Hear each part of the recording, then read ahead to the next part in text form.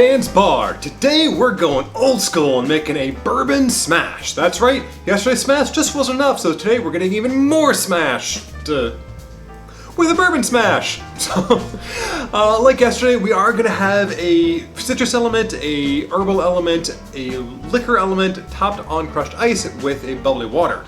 But because we have different ingredients for each of those, we're gonna have a little bit of a different mix-up and it's gonna be tasty all the same. So for our citrus element, we're using lime because I don't like lemon, so I'm using lime instead. For our herbal element, we're using a mint leaf with 1 basil leaf thrown in because it just seems fair given that yesterday we had basil with 1 mint leaf thrown in. I figured it made sense to kind of balance that out, have one with the other. I do think that combination is going to go very well with a Maker's 46 as our main liquor. That's going to give us that sweetness, that nice nutty flavor that comes from Maker's. 46 is a little bit smoother, a little bit more refined, which is going to allow the different flavors from the herbs to come through nicely. We are also going to be using a pure grade B maple syrup instead of a simple syrup.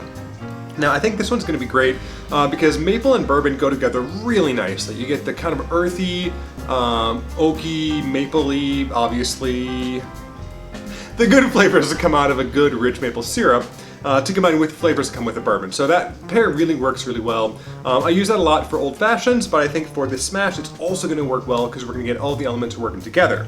As a side note, do make sure you get real maple syrup and grade B. Grade A maple syrup is fancier, but it also has less flavor. Grade B is where you get more of that dark notes, the kind of more mapley flavor, as opposed to just tasting like a sugar syrup. Once we get all those mixed together, we're gonna shake it up, put it on top of some crushed ice and some bubbly water on top, just to make our drink delightful. Let's get started, that's enough chatter. So we're gonna go ahead and put our lime into our muddling glass here. There's no ice in here just yet, so I'm putting the lime in first so that I can give it a really nice hard muddle to get that juice out and really get the flavors from that peel to start to infuse into the drink. Once I've got that lime muddled, I'm then going to add my mint afterwards, and this is to make sure that I don't bruise the mint and get that kind of plant flavor imbued into the drink that I don't really want. So I got my mint and 1 basil leaf, for good measure, in alongside the gin. Really gently going to kind of mush those around, not really crushing so much as just kind of rubbing the oils to get all that nice mint flavor out, and I can smell it. It's delightful. As a side note, I didn't realize that I got a weird kind of basil plant. So I have basil leaves that are literally 1 per sandwich. It's delicious and fantastic and highly recommended, but wow, were those things big. All right, so we have our citrus and our herbal element in there. We're gonna put in about 1 ounce of maple syrup. And again, this is totally gonna be to taste. If you ever find yourself having trouble getting a maple syrup open, good pair of ice grips will do the trick. Sugar makes a great glue. Maple syrup. We're gonna do about 1 ounce of that and free pouring because it's maple syrup. You just can't go wrong. So tasty. All right, so we got the maple in there. I'm now gonna put some ice into our shaker so that we are ready to get that nice and chilled. And to top this off, we're gonna do 2 ounces of a good whiskey. I'm using Maker's 46 here. It's only about $5 more for a fifth than the standard Maker's is.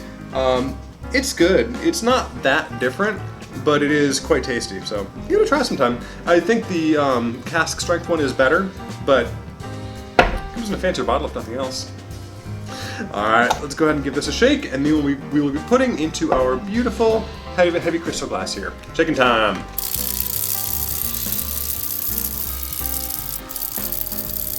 Alrighty, so we got it shaken up. We got all of our different herbal elements, citrus elements, sweetening elements, and the liquor all in here, mixed nice, cold, and together. So we're gonna put this into a glass without any ice in it yet, and then we're gonna go ahead and put some crushed ice on top of that before we put in that seltzer water. So that's gonna be our base, beautiful.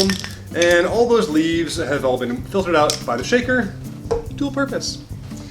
All right, so now we're gonna take our freshly crushed ice that made all sorts of bang sounds that I really hope my neighbors aren't mad about. Hey, it's for a good cause. And we'll go ahead and put our crushed ice in, leaving just enough for maybe 1 ounce or 2 of that fizzy soda water at the top. That's gonna finish it off real nicely. All right, and everything is cold, like the soda water is cold, so it doesn't really need that much more icing, which is why I don't have to worry too much about there not being too much at the top. All right, so here we have our Bourbon Smash. Let's give it a try. All right, so that's really good. I was a little bit afraid it was going to be too similar to a Mint Julep, and it does have a lot of similarities to it. The basic makeup is more or less the same. The little bit of basil actually does come through really nicely. The maple syrup comes through really nicely as well. Gives it a little bit more oomph behind it. It really is almost a takeoff on a Mint Julep. This would be like some nice additions you could make, or modifications, tweaks you could make to your Mint Julep recipe. Maybe try putting in maple syrup or some basil leaves or fancy bourbon. In any case, I hope we all are being safe at home, doing good things, and until we drink again, cheers.